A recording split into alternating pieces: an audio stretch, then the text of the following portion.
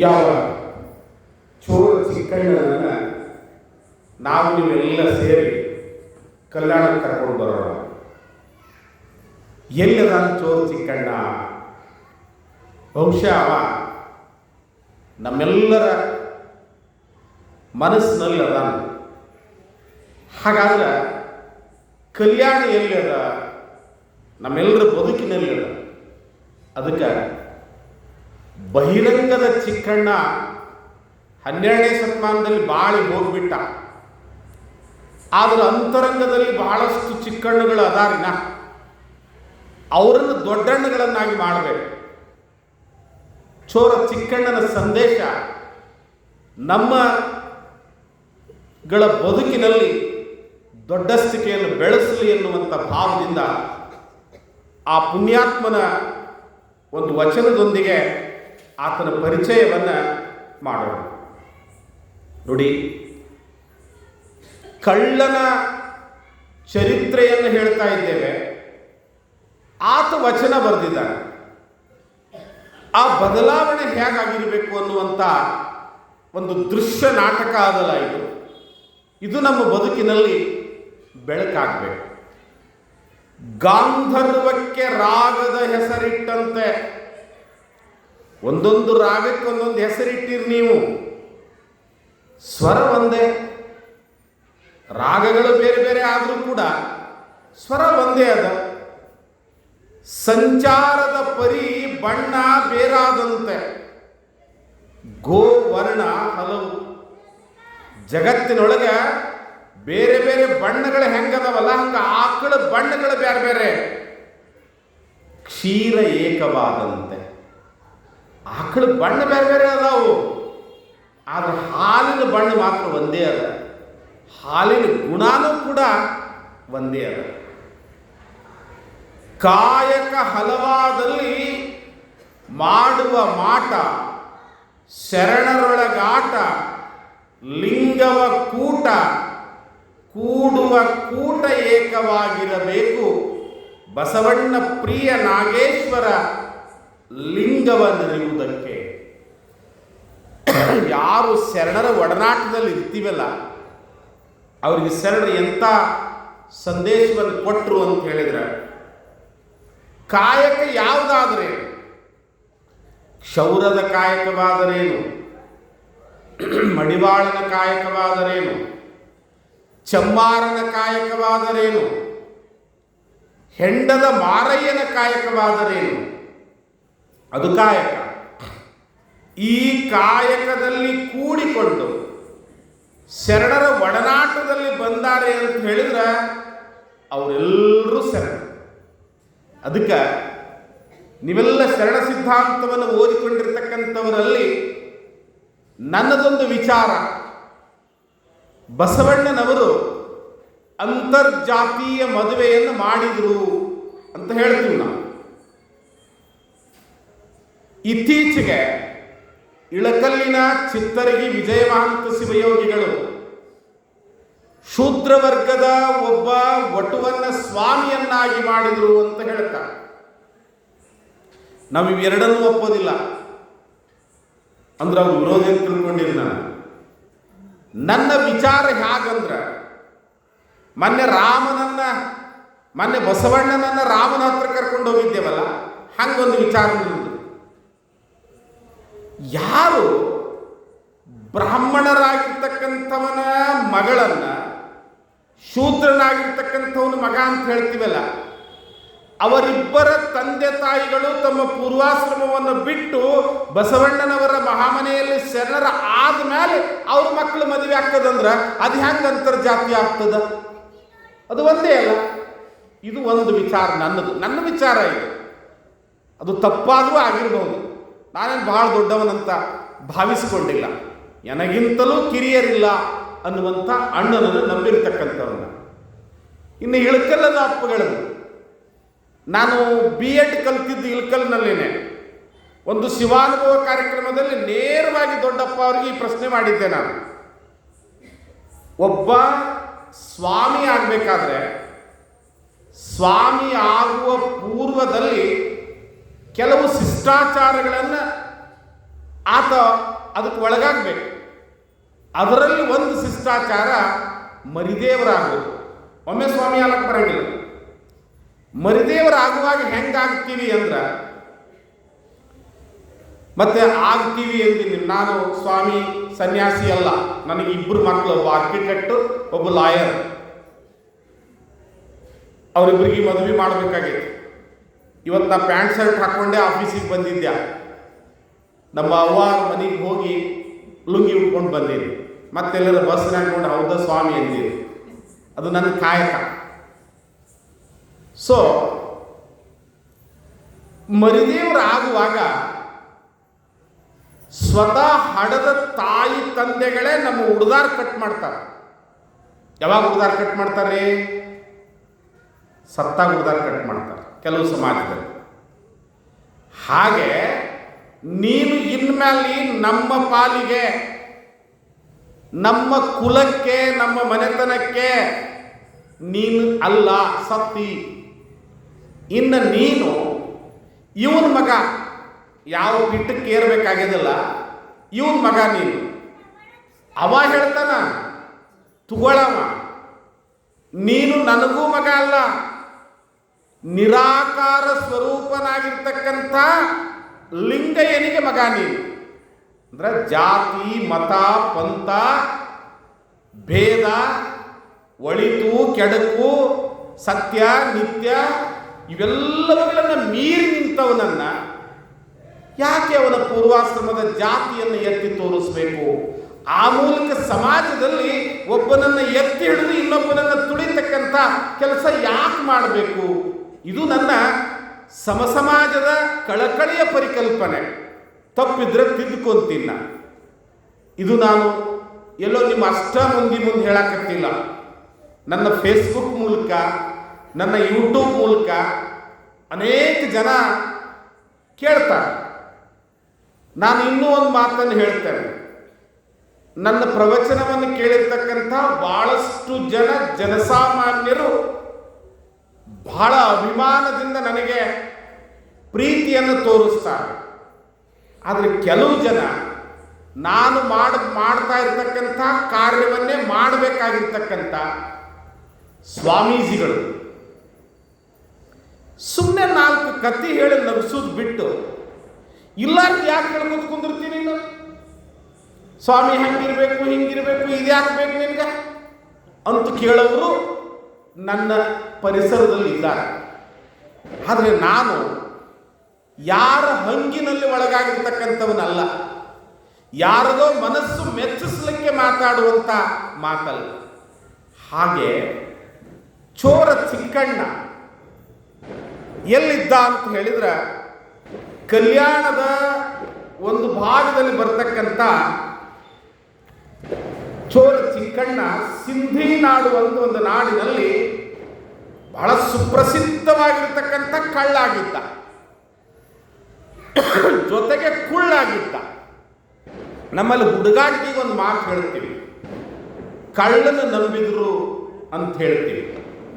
ನಾನು ಹೇಳ್ತೀನಿ ಕುಳ್ಳದಾಳ, ಹಂಗೇನದು ಸತ್ಯ ಅಲ್ಲ, ಸುಮ್ಮನೆ ಮಜಾಕ್ ಮಾತಾಡಿದ ಮಾತು.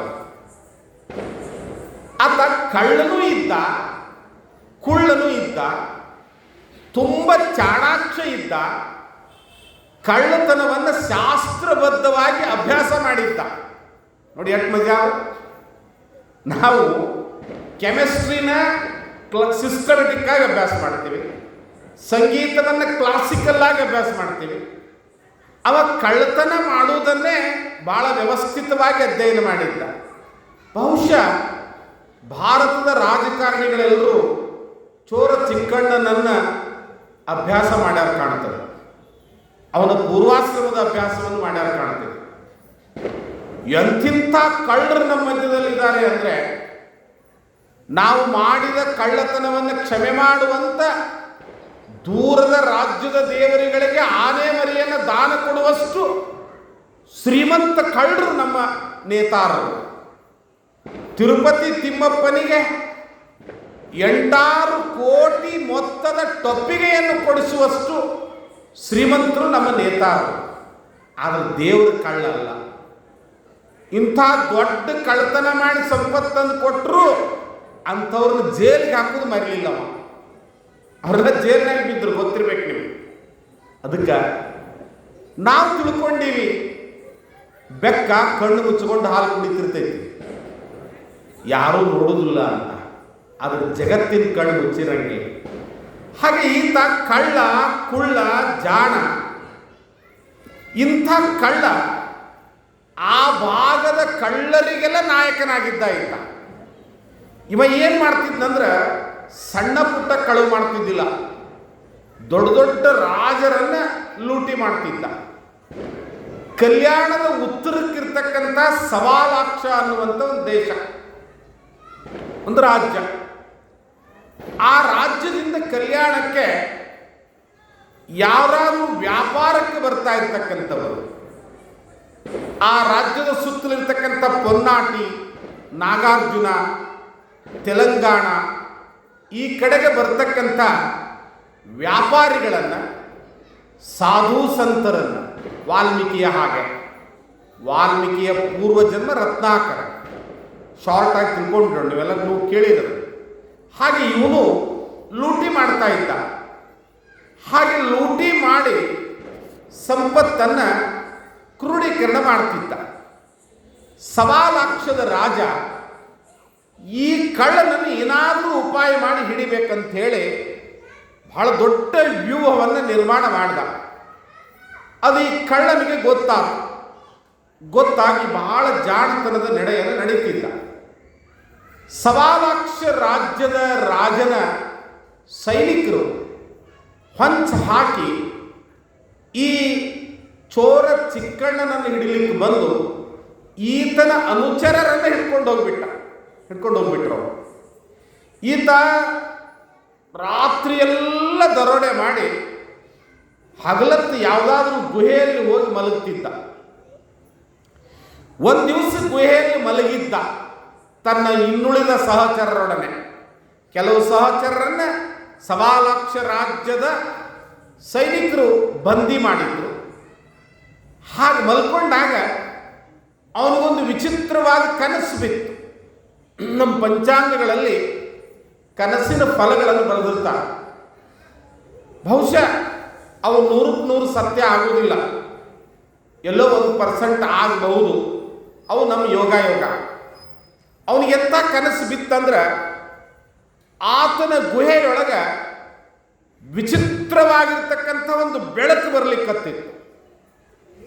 ಆ ಬೆಳಕು ಎಂಥ ಬೆಳಕಿತ್ತಂದ್ರೆ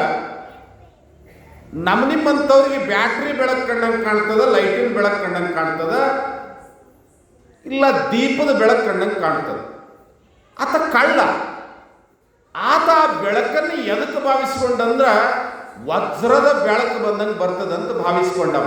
ಯಾಕಂದ್ರೆ ಅವನಿಗೆ ಅದೇ ವಜ್ರ ಕಳುವು ಮಾಡಬೇಕು, ಮುತ್ತು ರತ್ನಗಳನ್ನು ಕಳುವು ಮಾಡಬೇಕು ಅಂತ. ಹೀಗೆ ಆ ಕಳ್ಳ ಆ ಬೆಳಕನ್ನು ನೋಡಿ ಹವಹಾರಿ ವಜ್ರದಂತ ತಗೊಳ್ಳಕ್ಕೆ ಹೋಗ್ಬೇಕನ್ನೊಟ್ಟಿಗೆ ಆ ಗುಹೆಯ ದ್ವಾರಕ್ಕೆ ಒಂದು ಬಂಡೆಗಲ್ಲನ್ನು ಮುಚ್ಚಿದ್ರಲ್ಲ, ಆ ಬಂಡೆಗಲ್ಲನ್ನು ಭದ್ರವಾಗಿ ಹಿಡಿಲಿಕ್ಕೆ ಕಲ್ಯಾಣದ ಸೆಂಟ್ರು ಆ ಬಂಡೆಯನ್ನು ಭದ್ರವಾಗಿ ಹಿಡಿದ್ರು. ಚಿಟ್ಟನ ಚೀರಿ ಎದ್ದ. ಮಕ್ಕಳು ಮಲ್ಕೊಂಡವ್ರು ಅಂದ್ರು, ಯಾಕೋ ಚಿಕ್ಕ ಹೆದರ್ದೇನು ಅಂತ.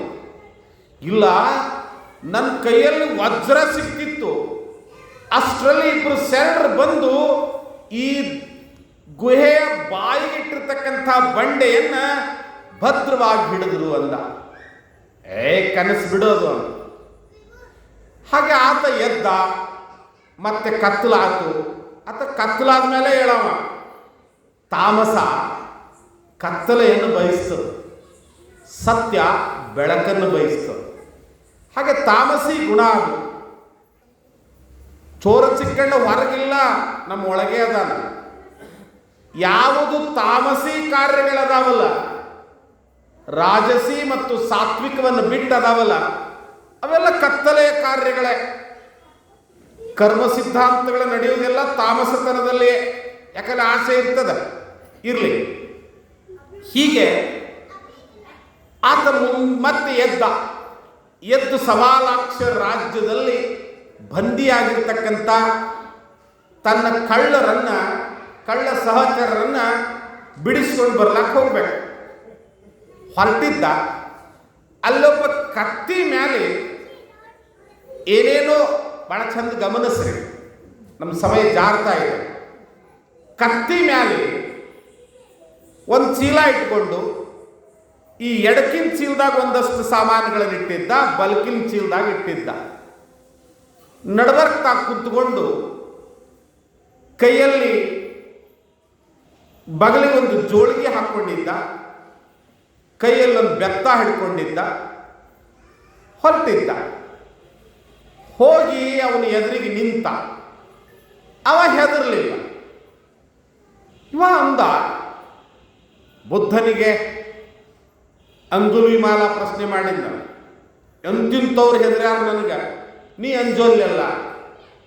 ಕಳೆದುಕೊಳ್ಳುವುದೇನೂ ಇಲ್ಲದೆ ಇರ್ತಕ್ಕಂಥವನು ಯಾರಿಗೂ ಅಂಜುವುದಿಲ್ಲ. ಎಟ್ಟದ್ರಿ ಮಜಾ?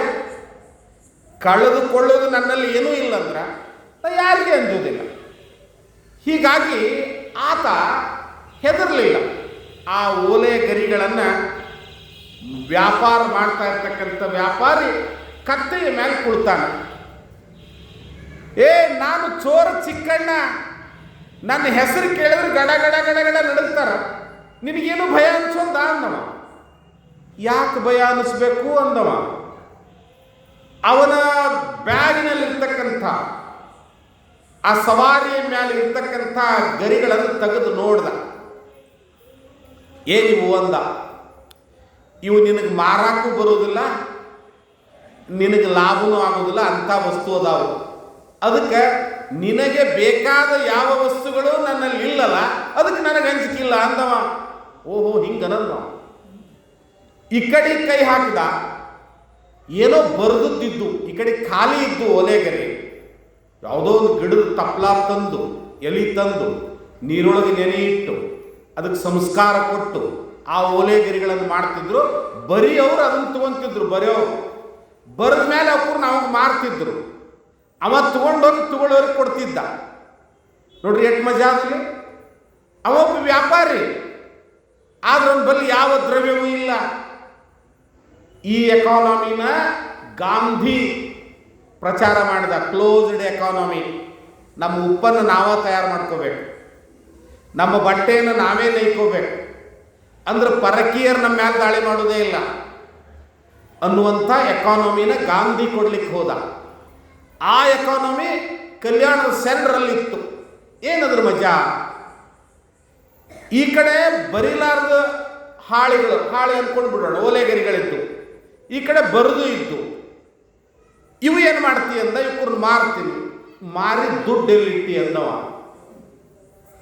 ಹೀಗೆ ಮಾರಿದ ದುಡ್ಡು ಏನಿಲ್ಲ, ಈ ಬರೆದು ಮಾರಿದ ಮ್ಯಾಲೆ ರೊಕ್ಕ ಬರ್ತದಲ್ಲ, ಅದ್ರಾಗ ಬರಿಲಾರ್ದು ತಗೊಂತೀನಿ, ಈ ದುಡ್ಡು ಈ ಕಡೆ ಹಾಕ್ತೀನಿ, ಇನ್ನು ಮಿಕ್ಕ ದುಡ್ಡನ್ನು ನನಗೊಂದಿಷ್ಟು ಉಪಯೋಗ ಮಾಡ್ತೀನಿ, ಇನ್ನೂ ಮಿಕ್ಕಿದ ದುಡ್ಡನ್ನು ಸಮಾಜಕ್ಕೆ ವಿನಿಯೋಗ ಮಾಡ್ತೀನಿ, ಎಕ್ಸ್ಟ್ರಾ ಸ್ಟಾಕ್ ಅನ್ನು ಮಾಡ್ಕೊಳ್ಳೋದಿಲ್ಲ.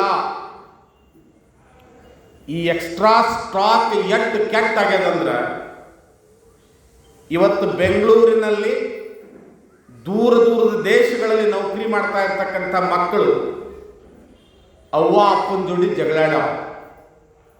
ಸಾಲಿ ಕಲಿಸಿಲ್ಲ ಅಂತ ಸಿಟ್ಟಿಲ್ಲ ಅವ್ರಿಗೆ, ಚಲೋ ಹೆಂಡತಿ ತಂದಿಲ್ಲ ಅಂತ ಸಿಟ್ಟಿಲ್ಲ. ಆ ವಿಜಯ ಕಾಲ್ನ ಸೈಟ ಪುಟ್ಟ್ಯಾಗ ಕೊಟ್ಟಿರಿ, ಈ ಕಡೆ ಮನಗುಳಿ ರೋಡಿನ ಹೈವೇ ಕಡೆ ಸೈಟ್ ನನಗೆ ಕೊಟ್ಟಿ, ಎರಡು ಒಂದೇ ಹಾಕವ ನಾವು. ಬಡ್ಡಿ ಮಕ್ಕಳು ಇವರು ದುಡಿದು ಗಳಿಸಿಲ್ಲ. ಹಿರಿಯರು ದುಡಿದು ಗಳಿಸಿರ್ತಕ್ಕಂಥ ಸಂಪತ್ತಿನ ಮೇಲೆ ಅವಲಂಬನ ಆಗೋದು ಒಂದೇ, ಹಳಸಿದ ಅಡುಗೆಯನ್ನು ಊಟ ಮಾಡೋದು ಒಂದೇ. ನಾನು ದುಡಿದು ಗಳಿಸ್ಬೇಕು, ಅದು ಬಿಸಿ ರೊಟ್ಟಿ. ಅದನ್ನು ಬಸವಣ್ಣ ಕಾಯಕವೇ ಕೈಲಾಸ ಅಂದ. ಇವತ್ತಿಗೆ ನಾಳೆಗೆ ತೆಗೆದಿಟ್ಟುಕೊಳ್ಳೋದು ಬೇಡೋ, ಇದು ಜಗಳಕ್ಕೆ ಮೂಲ ಹಾಕದ ಅಂದ. ಒಂದ ಹೊಲದೊಳಗೆ ಎರಡೂ ಮಕ್ಕಳಿಗೆ ಪಾಲ ಮಾಡಿಕೊಟ್ಟಿರ್ತಾನ, ಹಾದಿಗೆ ಅಡ್ಡಿದ್ದವಂತಾನ. ನೀ ಎಲ್ಲಿ ಅಡ್ಡಾಡ್ತೀವಿ ಗೊತ್ತಿಲ್ಲ, ಅಪ್ಪ ನನಗೆ 5 ಎಕರೆ ಕೊಟ್ಟಾನ, ನಿನಗೆ 5 ಎಕರೆ ಕೊಟ್ಟಾನ, ನೀ ನನ್ನ ಹೊಲದಾಗ ಹೋದ್ರೆ ಮತ್ತೆ ನಂದು 2 ನುಂಬು ಹೊಲ ಹಾಳಾಗ್ತದ, ಹೆಂಗೆ ಅಡ್ಡಾಡ್ ಗೊತ್ತಿಲ್ಲ ಅಂತಾನವ. ಇನ್ನು ಪಕ್ಕ ಕಟ್ಕೊಂಡು ಹಾರ್ಬೇಕಾ? ಎಂಥಿಂಥ ಜಗಳಗಳು, ಮನೆ ಪನ್ನೊಳಗೆ ನೀರು ಬಿಡಾಕ ಜಗಳ, ಅರೆ ಅಂಗಳ ಕಸ ಹೊಡ್ಯಾಕ ಜಗಳ, ಈ ರೀತಿಯ ಭಾವಗಳು. ಆ ಕತ್ತೆಯ ಮ್ಯಾಲ ನಾ ಭಾಳ ಒತ್ತು ಹೇಳಾಕತ್ತೀನಿ ಇದನ್ನು. ಕುದುರೆ ಮ್ಯಾಲಂದ್ರೆ ಭಾಳ ಖುಷಿ ಆಗ್ತಿದ್ದೇವೆ ನಾವು. ಶರಣರಿಗೆ ಕತ್ತೆಗೂ ಕುದುರೆಗೂ ಕೂಡ ಭೇದ ಮಾಡಲಿಲ್ಲ. ಅಣುರೇಣು ತೃಣಕಾಷ್ಟದಲ್ಲಿ ಪರಮಾತ್ಮನನ್ನು ಕಂಡರು. ವಿಶ್ವದ ಎಲ್ಲ ಜೀವಿಗಳಲ್ಲಿಯೂ ಭಗವಂತನನ್ನು ಕಂಡರು. ಬರೇ ಮನುಷ್ಯರಲ್ಲಿ ಅಲ್ಲ, ಚರಾಚರ ಜೀವಿಗಳೆಲ್ಲದರಲ್ಲಿಯೂ ಭಗವಂತನನ್ನು ಕಂಡ್ರು. ಅಷ್ಟೇ ಅಲ್ಲ, ಸ್ಥಾವರದಲ್ಲಿಯೂ ಜಂಗಮವನ್ನು ಕಂಡರು, ಜಂಗಮದಲ್ಲಿಯೂ ಕೂಡ ಮಹಾದೇವನನ್ನು ಕಂಡರು. ಅಂಥ ಕತ್ತಿ ಮೇಲೆ ಹೊಂಟಾವ, ಶರಣರ ಓಲೇಕರಿಗಳನ್ನು ಮಾರ್ತಕ್ಕಂಥವ. ಅವನಿಗೆ ಕಣ್ಣು ತರಿಸಿದ. ಹೋಗ್ಲಿ ಎಲ್ಲಿಗೆ ಹೊಂಟಿ ಅಂತ ಕೇಳಿದ. ನಾ 1.25 ಲಕ್ಷ ರಾಜ್ಯದ ಕಡೆ ಹೊಂಟೀನಿ ಅಂದ. ಏನು ಬೇಡಿದ್ದೆಲ್ಲ ಸಿಕ್ತಲ್ಲ ಅಂದವ. ನನ್ನ ಸಹಚರರು ಬಂದಿಯಾಗಿದ್ದು ಅವನ ರಾಜ್ಯದಲ್ಲಿ. ಇವ ಅಂದ, ನಿನ್ನಿಂದ ಕಲಿದು ಬಾಳದಪ್ಪ ಅಂದವ. ಏನೇನೋ ಶಬ್ದ ಅಂತಿ, ದಾಸೋಹ ಅಂತಿದಿ, ಮತ್ತು ಮಿಕ್ಕ ಸಂಪತ್ತು ಅಂತ ಕರಿತಿದಿ, ಅದಕ್ಕೆ ನಿನ್ನ ಜೊತೆ ನಾನು ಬರ್ತೀನಿ, ನಿನ್ನ ಶಿಷ್ಯ ಹಾಕ್ತೀನಿ ಅಂದ. ಭಾಳ ಜನ ಹಿಂಗ ಸ್ವಾಮಿಗಳ ಶಿಷ್ಯರಾಗಿ ಸ್ವಾಮಿಗಳನ್ನೇ ಶಿಷ್ಯರು ಮಾಡಿ ಬಿಡೋದರದಾರ. ಅದು ಗಂಡಾಗಿರ್ಬೋದು, ಹೆಣ್ಣಾಗಿರ್ಬೋದು. ಅದಕ್ಕೆ ಶಿಷ್ಯತ್ವವನ್ನು ಸ್ವೀಕಾರ ಮಾಡಾಗಲೂ ಭಾಳ ಎಚ್ಚರ ಇರಬೇಕು. ದೊಡ್ಡ ದೊಡ್ಡ ಮಹಾತ್ಮರು ನೆರಳು ಹೋಗಿಬಿಟ್ಟಾರ. ಗಾಂಧಿ ಅಂತ ಕಠೋರತೆ, ವೀರೇಶ್ವರ ಶರಣರಂತ ಕಠೋರತೆ ಎಲ್ಲರಲ್ಲಿ ಬರಲಿಕ್ಕಿಲ್ಲ. ಹೀಗಾಗಿ ಆತ ಅವನ ಜೊತೆ ಹೋಗಿ ಆ 1.25 ಲಕ್ಷ ರಾಜ್ಯವನ್ನು ಮುಟ್ಟಿದ ಕೂಡಲೇ ಅಲ್ಲಿ ಬಂದಿಯಾಗಿರ್ತಕ್ಕಂಥ ತನ್ನ ಸಹಚರರನ್ನು ತನ್ನೆಲ್ಲ ವಿದ್ಯೆಯನ್ನು ಉಪಯೋಗ ಮಾಡಿ, ಅವ್ರು ರಾಜಭಟ್ರು ಕಾಯ್ತಿದ್ರು ಖರೆ, ಅವರೆಲ್ಲ ಕಣ್ಣಾಗಿ ಮಣ್ಣು ಹಾಕಿ ಬಿಚ್ಚಿಕೊಂಡು ಅಲ್ಲಿನ ಈಶ್ವರ ದೇವಾಲಯದ ತೀರ್ಥದ ನೀರು ಹೋಗ್ತಕ್ಕಂಥ ಬಚ್ಚಲು ಮೋರಿ ಒಳಗೆ ಹಾಯ್ದು ಕಡೆಕಾಗಿ ಬಂದುಬಿಟ್ಟ. ಬಂದು ಇವನ ಜೊತೆ ಮಾತಾಡಿದ್ನಲ್ಲ, ಇವನಲ್ಲಿರ್ತಕ್ಕಂಥ ಲಿಂಗಗಳ ಬಗ್ಗೆ ತಿಳ್ಕೊಂಡಿದ್ದ. ಏನಿದು ಮಜಾ, ನಿಮಗೆಲ್ಲ ದಾಸೋಹ ಮಾಡ್ತಿರಲ್ಲ, ಎಲ್ಲಿ ಅಂತ ಕೇಳ್ದ. ಕಲ್ಯಾಣದಲ್ಲಿ ಅಣ್ಣ ಬಸವಣ್ಣದಾನ, ಆತ 1,86,000 ಶರಣರಿಗೆ ನಿತ್ಯ ದಾಸೋಹ ಮಾಡ್ತಾನೆ. ಒಬ್ಬ ಅಂದವ. ಲಕ್ಷದ ಮೇಲೆ 96,000 ಜನರಿಗೆ ದಾಸೋಹ ಮಾಡ್ತಾನಂದ್ರೆ ಇವನು ಬಲ್ಲಿ ಎಷ್ಟು ಸಂಪತ್ತಿರಬೇಕು ಅಂದವ. ಇನ್ನು ಅಂತಿಂಥವ್ರ ಕಳು ಮಾಡೋದು ಬೇಡ, ಇಂಥವ್ರ ಕಳು ಮಾಡಿ ಜೀವನ ಪರ್ಯಂತ ಕುಂತು ತಿಂದ್ರಾತು ಅಂದವ. ಖರೆ ಇಂಥವ್ರನ್ನ ಕಳು ಮಾಡಬೇಕು. ಕಳು ಮಾಡಿದ್ರೆ ಯಾರನ್ನ ಕಳು ಮಾಡ್ಬೇಕಂದ್ರೆ ಈ ಮತಿಯನ್ನು ಕಳು ಮಾಡಬೇಕು. ಏನೇನೋ ಸುಟ್ಟು ಹೋಗುವ, ಕರಗಿ ಹೋಗುವ, ಇನ್ನೊಬ್ಬರ ಪಾಲಾಗಿ ಹೋಗುವ ವಸ್ತುಗಳನ್ನು ಕಳು ಮಾಡಿದ್ರೆ ಏನು ಬರ್ತದೆ? ನಮ್ಮಪ್ಪನಲ್ಲಿ ಕಳು ಮಾಡಬೇಕಂದ್ರೆ ನಮ್ಮ ಮಠಕ್ಕೆ 11 ಊರು ಭಕ್ತರು ಇಲ್ಲೆಲ್ಲ ಬಂದಾರ. ಕೆಲವು ಜನ ಪಾಕ್ನಾಕ್ ರೆಡ್ಡಿ ಮನೆತನದ, ಗಾಳಿಗ ಮನೆತನದ, ಬೇರೆ ಬೇರೆ ಎಲ್ಲ ಜಾತಿಯ ಮುಸಲ್ಮಾನರು ಕೂಡ ನಮ್ಮ ಮಠಕ್ಕೆ ಭಕ್ತರದ. ನನ್ನ ತಂದೆ, ನಾನು ಧಾರವಾಡದ ಮುರುಘಾ ಮಠದಿಂದ ಬಂದ ಮೇಲೆ ನಮ್ಮೂರಿನ ಒಬ್ಬ ವೇಶ್ಯೆಯ ಮಗನ ಮದುವಿತ್ತು. ಅದು ನಮ್ಮ ಮಠದ ಗ್ವಾದಲಿಯಲ್ಲಿ ನಡೆದಿತ್ತು. ನಮ್ಮಪ್ಪ ಕೇಳಿದೆ, ಬೇರೆಯವ್ರ ಮನೆಗೆ ಹೋಗಿ ಗುರುಸುರ್ಗಿ ಹೂಡಿ ಮದುವೆ ಮಾಡ್ತೀರಿ, ಇವನಿಗೆ ಗ್ವಾದಲೆ ಕುಂದಿರಿಸಿ ಮದುವೆ ಮಾಡಕತ್ತೀರಿ. Is a high school teacher, worked in Bijapur. Dharwad transfer ಆಗಿ ಹೋದ. ಅವಾಗ ಬಿಜಾಪುರದಲ್ಲಿ ವರ್ಕ್ ಮಾಡ್ತಿದ್ದ. 86ರ ಸಮಯ. ನಮ್ಮ ತಂದೆ ಕೇಳಿದೆ ನಾನು, ಯಾಕೆ ಇವನ್ ಮದ್ವಿನ ಇವನ್ ಮನೆಗೆ ಹೋಗಿ ಯಾಕೆ ಮಾಡಬಾರ್ದು? ಇಲ್ಲ, ಹಂಗಾಗುವುದಿಲ್ಲ. ಅವರಲ್ಲಿ ಒಂದು ಅನಾಚಾರ ಇದೆ. ಏನಿದೆ? ಹೆಣ್ಣು ಮಗಳಿಗೆ ಗೆಜ್ಜೆ ಪೂಜೆ ಮಾಡ್ತಾರೆ. 86ರಲ್ಲಿ ನಾ ಹೇಳಿದೆ, ನೋಡಪ್ಪ ನೀನು ಕೊನೆಯ ವೇಶ್ಯೆಯ ಮಗ ಆಗಬೇಕು ಈ ಕೇರಿಗೆ. ವಯಸ್ಸಿನಲ್ಲಿ ನಿನ್ಕಿಂತನೂ ಭಾಳ ಸಣ್ಣವ. ನಮ್ಮಪ್ಪ ಬರ್ತಾನೋ ಇಲ್ಲೋ ಗೊತ್ತಿಲ್ಲ, ನನಗೆ ಮಂತ್ರ ಬರ್ತದೆ, ನನ್ನ ತಂದೆ ಎಲ್ಲ ಕಲಿಸಿದ್ದಾರೆ. ನಾನೇ ಬಂದು ನಿಮ್ಮ ಕೇರಿಗೆ ಬಂದು ಮದುವೆ ಮಾಡ್ತೇನೆ. ನಮ್ಮಪ್ಪ ಅಂದ, ನೀ ಅಲ್ಲ ನಾನು ಬರ್ತೀನಿ ಅಂದ ನಮ್ಮಪ್ಪ. ಅದಕ್ಕೆ ನಾನು ಯಾವ ಗುರುವನ್ನು ಆರಂಭದಲ್ಲಿ ನೆನೆಸೋದಿಲ್ಲ, ನನ್ನ ತಂದೆಯನ್ನೇ ನೆನೆಸ್ತೇನೆ. ನಾನು ಬರ್ತೀನಿ ಅಂದ. 3 ದಿವಸ ಮದುವೆ ಪೋಸ್ಟ್ಪೋಂಡ್ ಆಯಿತು. ಸಿಂದಗಿ ತಹಸೀಲ್ದಾರ್ ಮಗಳು ಕೊಟ್ಟಿದ್ದ ಅವರು. ಆತ ಹೇಳ್ದ, ಈ ಮದುವೆ ಏನಾದರೂ ಕ್ಯಾನ್ಸಲ್ ಆದ್ರೆ ನಿಮ್ಮೂರಿನ ನಿಮ್ಮ ಕೇರಿಯ ಎಲ್ಲರೂ ಅರೆಸ್ಟ್ ಆಗ್ತೀರಿ ನೀವು. ಕೊನೆಗೆ ಗುರುಗಳ ಪಾದ ಬಡಿದು ಹೇಳಿದ್ರು, ನಾವು ಇನ್ನು ಮೇಲೆ ಈ ಕೆಲಸ ಮಾಡೋದಿಲ್ಲ. ಇವತ್ತಿಗೂ ನನ್ನ ತಂದೆ ಕೇರಿಗೆ ಹೋಗಿ ಮಾಂಗಲ್ಯಧಾರಣೆ ಎಲ್ಲ ಅವರ ಕರ್ಮಗಳನ್ನು ಮಾಡ್ತಾರೆ. ನಾನು ಮಾಡಿದ್ದೇನೆ. ಈಗ ನಮ್ಮೂರಲ್ಲಿ ನನ್ನ ತಮ್ಮ ಇದ್ದಾನೆ, ಅವನು ಆ ಕೆಲಸ ಮಾಡ್ತಾನೆ. ಅಂಥ ಭವ್ಯ ಪರಂಪರೆಯಲ್ಲಿ ಬಂದಿರತಕ್ಕಂಥ ಅಭಿಮಾನ ನನ್ನದು. ಸುಮ್ಮನೆ ವೇದಿಕೆಯ ಮುಂಭಾಗದಲ್ಲಿ ಕುಳಿತಿರ್ತಕ್ಕಂಥವ್ರನ್ನ ಮೆಚ್ಚಿಸ್ಲಿಕ್ಕೆ ಮಾತಾಡೋ ಮಾತಲ್ಲ. ನನ್ನ ಊರಿನವರು ಈ ಓಣಿಯೊಳಗೆಲ್ಲ, ಈ ಜಲನಗರ ಇಲ್ಲೆಲ್ಲ ಸುಮಾರು ಒಂದು 20-25 ಮನೆ ಅದಾವೆ. ಮತ್ತು ಅಥಾಟ್ ಆಶ್ರಮದ ಕಡೆ ಹೋದ್ರೆ ಒಂದು 500 ಜನ ಭಕ್ತರು, ನನ್ನ ಖಾಸ ಭಕ್ತರು ಈ ಊರಿನಲ್ಲಿ ಮನೆ ಮಾಡ್ಕೊಂಡಿದ್ದಾರೆ. ನಾನು ಈ ಮಾತನ್ನು ನಿಮ್ಮ ಮೂಲಕ, ಫೇಸ್ಬುಕ್ ಮೂಲಕ, ಯೂಟ್ಯೂಬ್ ಮೂಲಕ ಹೇಳಿಟ್ಟಿದ್ದೀನಿ. ಸುಳ್ಳಿದ್ರು ನಾಳೆ ಕಿವಿಗೆ ಬಂದು ಹಾಳು ಹಂಚಬೇಕು. ಹೀಗೆ ಸತ್ಯದ ದಾರಿಯಲ್ಲಿ ನಡೆದ್ರೆ ಅದೊಂದು ಆತ್ಮಸ್ಥೈರ್ಯ ಇರ್ತದೆ. ಹಾಗೆ ಆತ ಬಸವಣ್ಣ ನನ್ನ ಕಳು ಮಾಡಕ್ಕೆ ಬಂದ ಕಲ್ಯಾಣಕ್ಕೆ. ಹೆಂಗೆ ಬಂದಂದ್ರೆ ಬಗಲಾಗ ಚೂರಿ ಇಟ್ಕೊಂಡ, ಮಹಾಮನಿಯೊಳಗೆ ಬಂದ. ಎಲ್ಲರ ಕೊಳ್ಳಾಗ ಇಟ್ಟಿಟ್ಟೇನೋ ಗಂಟಿತ್ತು, ಅವ್ ಗೊತ್ತಿಲ್ಲ. ಇವನು ಆ ಕಡೆ ನೋಡಿದಾಗ ಒಂದು ಕೈತೋಟದೊಳಗೆ ಕರಿ ಬದನಿಕಾಯಿ ಇತ್ತು.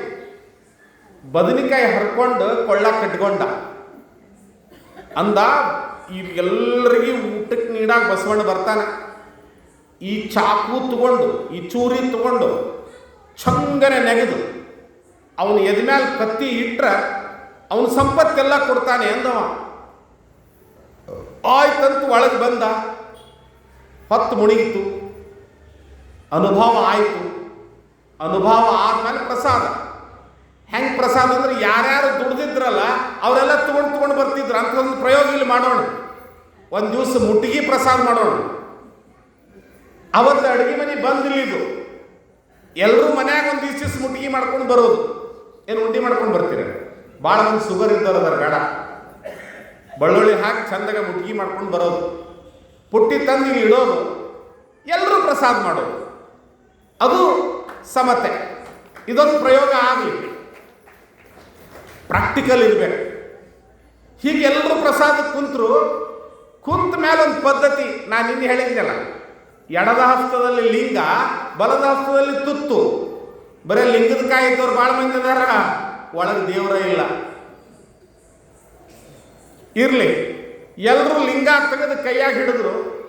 ಇವ ಅಂದ, ನಾ ಏನು ತೆಗಿಲ್ಲಪ್ಪ ಅಂದ. ಬದನಿಕಾಯಿ ಅದು ಒಳಗ ಮಕ್ಳು ಕುಂತವ್ರಂದ್ರು ಶರಣರೆ. ಅಲ್ಲಿ ಎಲ್ಲರೂ ಒಬ್ರಿಗೊಬ್ರು ಕಂಡ್ರೆ ಶರಣಾರ್ಥಿ ಅಂತ ಹೇಳ್ತಿದ್ರು. ಹರಳಯ್ಯ ಮುಚ್ಚಿಕೊಂಡು ತಲೆ ತೆಳಗಿಟ್ಕೊಂಡು ಕೆಲಸ ಮಾಡ್ತಿದ್ದ. ಅಂದ್ರೆ ಬಸವಣ್ಣ ಅವನು ನೋಡಿದ್ರೆ ಶರಣಾರ್ಥಿ ಹರಳಯ್ಯನವರೇ ಅಂತಿದ್ದ.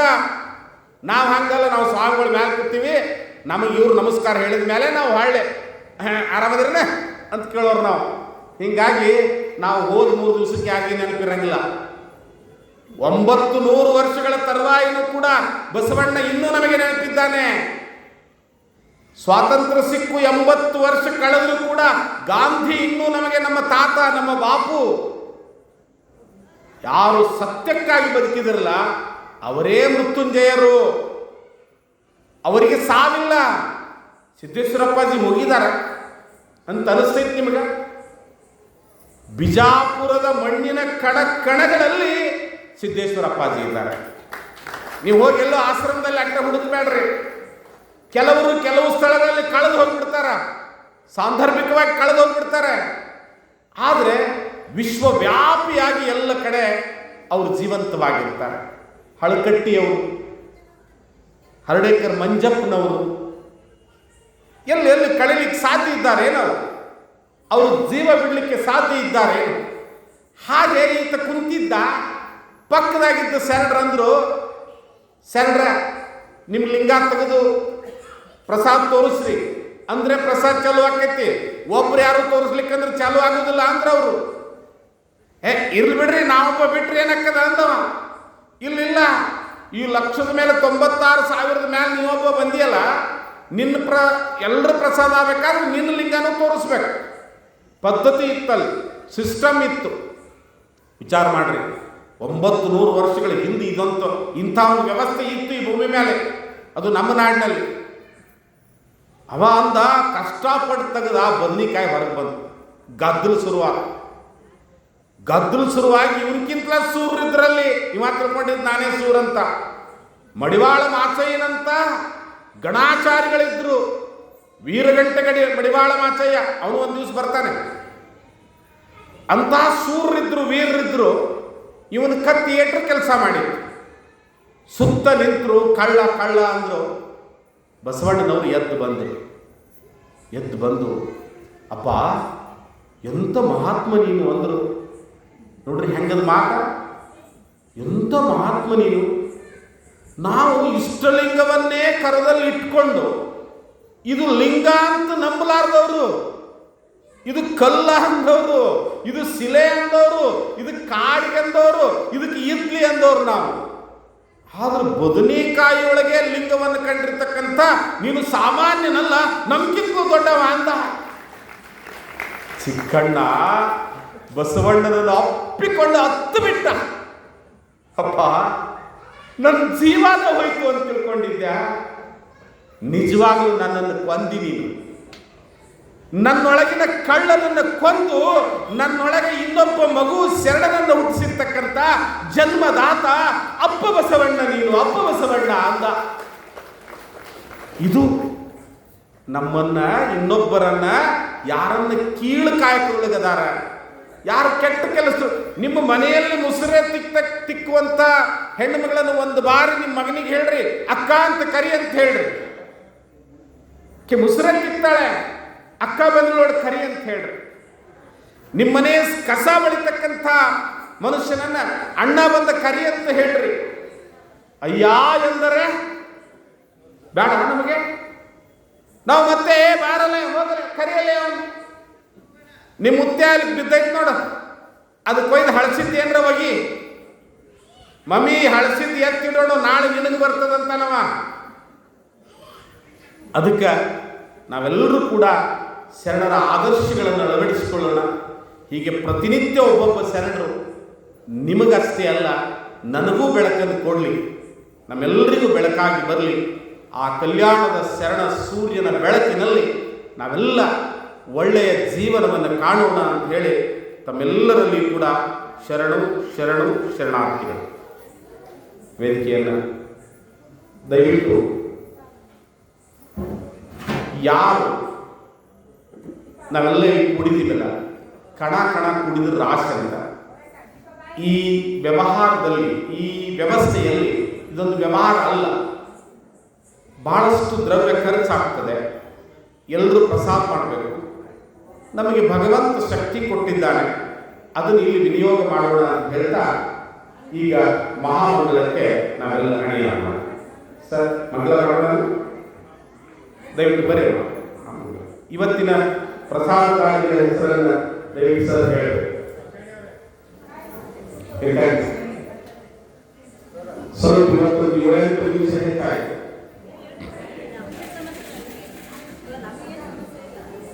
ನನಗೂ ಇಲ್ಲಿ 9 ನಡೀತಿತ್ತು. ಕೇಳಾಗಿರ್ತದೆ, ಇನ್ನೊಂದು 5 ನಿಮಿಷ ಹೆಚ್ಚಾದರೂ ಆಯ್ತು, ಇನ್ನೂ ಕೇಳಬೇಕು ಅಂತ ಅನಿಸ್ತದ.